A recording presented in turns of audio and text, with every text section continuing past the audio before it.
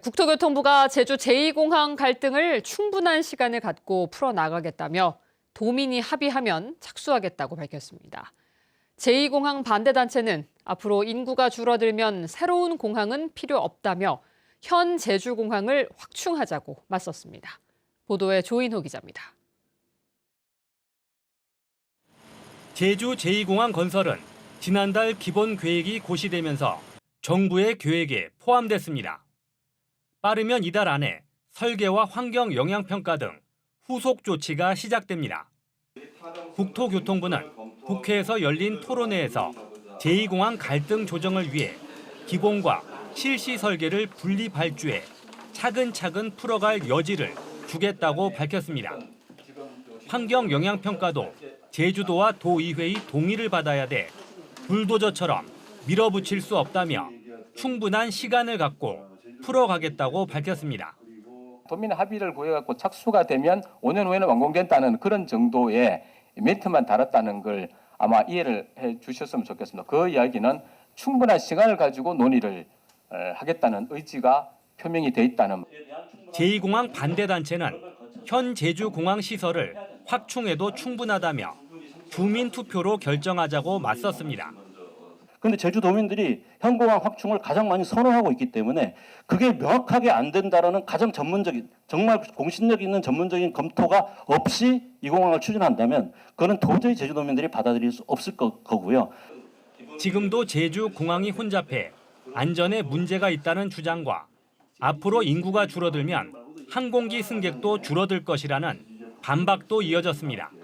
날라 들어온 비행기들을 다 돌려서 누군가가 거기서 고생을 하고 있고 아시겠지만 그 관제사들이 일일이 하나씩 저희 뭐 신호등 있는 것도 아니고 공중에서 멈출 수 있는 것도 아닙니다. 계속 시간을 끌어서 안전거리를 확보해야 되는. 지금 현재 추세를 반영한 겁니다만 우리나라 인구는 800만으로 줄을 것이다라는 정말 보수적인 보고서도 존재하는데 그 이후에 우리 후손들이나 우리 후배들은 과연 당신들 뭘 했습니까에 대한 대답은 우리는 아무도 할 수 없다. 제주도는 환경 영향평가 과정에서 갈등을 해소하고 도민 이익을 극대화하겠다고 밝혔지만 결국 국토부의 시나리오를 따라가는 것 아니냐며 입장을 분명히 밝히라는 지적도 나왔습니다. MBC 뉴스 조인호입니다. 제주의 한 중산간 도로 교차로에서 승용차가 중앙선 침범 사고를 내고 별다른 조치 없이 현장을 벗어났습니다. 피해 차량에 타고 있던 노부부는 사고로 기절했고 이후 뺑소니 신고를 했는데 경찰은 뺑소니가 아닌 중앙선 침범 사고로 결론냈습니다. 어찌된 일인지 이따금 기자가 취재했습니다. 편도 1차로 도로를 달리는 차량. 교차로가 가까워지자 갑자기 중앙선을 넘습니다. 역주행을 하며 좌회전을 하고 마주오던 회색 승용차를 그대로 들이받습니다. 운전자는 한숨을 쉬며 몇 미터를 더 주행하다 멈춰섭니다. 사고가 발생했던 교차로입니다. 맞은편에서 오던 피해 차량은 사고 충격으로 그대로 이 도로 옆 풀숲으로 떨어졌습니다. 차량 충돌 사고가 난 건 지난달 5일 오후 4시 반쯤. 피해 차량에 타고 있던 부부는 사고로 정신을 잃었고 깨어보니 가해 차량이 보이지 않았습니다. 어머니께서 정신을 차리신 다음에 바로 저희 형한테 이제 전화를 거셨어요. 해가지고 지금 뺑소니 당했다고. 그러니까 침착하게 바로 지금 112랑 119 신고해달라고 하시더라고요. 하지만 사고를 조사한 경찰은 뺑소니 혐의는 제외하고 중앙선 침범과 다치게 한 치상 혐의만 적용해 검찰에 넘겼습니다. 블랙박스 화면상 가해자가 차에서 내려 5분 정도 피해 차량을 기다린 것으로 보이고 사고 다음 날 뺑소니 피해자라며 신고를 한 점에서 고의적으로 도망갔다고 보기 어렵다는 겁니다. 피해자 가족들은 경찰의 부실 수사라며 법원에 탄원서를 제출했고 전문가들도 이해하기 어렵다고 말합니다. 단순히 다음 날 신고했다가 뺑소니가 아니라는 거는 좀 납득하기는 좀 어렵습니다. 더군다나 신고 자체도 본인이 이제 사고가 났다는 게 아니고 피해자라는 취지로 주장했다는 거는 좀 납득하기 좀 어렵습니다. 가해 차량 운전자는 경찰 조사에서 빨리 가기 위해 중앙선을 침범했고 피해 차량이 안 보여 현장을 떠난 줄 알았다고 진술했습니다. 경찰은 블랙박스 화면에 운전자가 취해 보이지 않았다며 음주 측정을 하지 않았습니다. MBC 뉴스 이따금입니다. 제주에서 발생하는 뺑소니 교통사고로 한 해 평균 100명이 넘게 숨지거나 다치는 것으로 나타났습니다. 더불어민주당 민홍철 의원이 경찰청으로부터 받은 자료에 따르면 최근 5년 동안 제주에서 발생한 뺑소니 사고는 모두 417건으로 7명이 숨지고 603명이 다쳤습니다. 한 해 평균 1.4명이 숨지고 120명이 다치는 셈입니다. 한편 같은 기간 난폭운전은 107건, 보복운전도 218건씩 신고가 들어오는 것으로 집계됐습니다.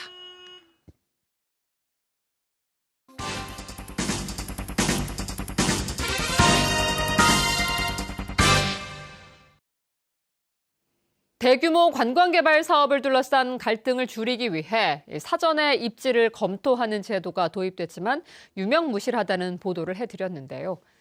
제주도가 이 문제를 해결하려고 17억 원을 들인 용역을 통해 개선 방안을 마련했지만 어찌된 일인지 내용이 뒤바뀐 채 시행되고 있습니다. 송원일 기자가 보도합니다. 대규모 관광개발 사업이 잇따라 추진된 2000년대 이후 제주는 심각한 갈등을 겪었습니다.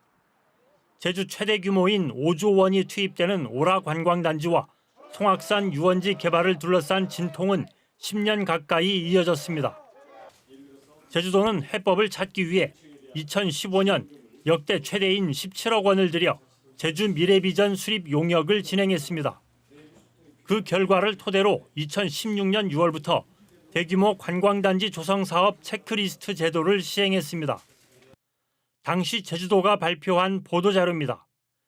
개발사업 초기 단계에서 갈등을 사전에 최소화하고 사업자도 미래 투자의 안정성을 높일 수 있도록 하겠다고 배경을 설명했습니다. 체크리스트는 관광과 환경, 일자리, 지역사회 협력 등 10개 부문의 62개 평가 항목으로 구성됐습니다. 특히 관광 부문의 핵심 지표는 2가지, 내 외국인 관광객 유치를 위한 구체적인 사업 계획 수립 여부와 세계적 수준의 상설 공연시설과 놀이공원 등 사업 계획을 실현할 특화 콘텐츠가 있는지 평가하도록 했습니다. 사업 승인 절차도 크게 달라졌습니다. 사업 계획 검토를 가장 먼저 배치했습니다. 미래 비전 체크리스트를 적용해 제주에 적합한 사업인지 계획의 타당성을 우선 검토하도록 한 것입니다.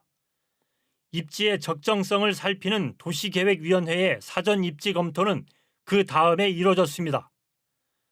그러나 현재 관련 조례 시행 규칙에는 순서가 180도 뒤바뀌었습니다. 사전 입지 검토를 가장 먼저 합니다. 미래비전 체크리스트를 적용한 사업계획 검토는 개발사업심의위원회가 심의하는 단계에서 뒤늦게 이루어집니다. 사회적 논의 과정도 기존에는 공개 토론 방식이었으나 지금은 소극적인 의견 수렴 형태로 바뀌었습니다. 사업의 내용이 우리 제주도의 장기 발전 계획과 혹은 지역 주민과의 상생관계 이런 것들이 적절한가를 판단해야 되는데 부지부터 먼저 합법적인 절차를 따지다 보니 거기에 따르는 부작용이 굉장히 클 수밖에 없다. 제주도는 행정의 효율성을 위해 제도를 바꿨다고 설명합니다.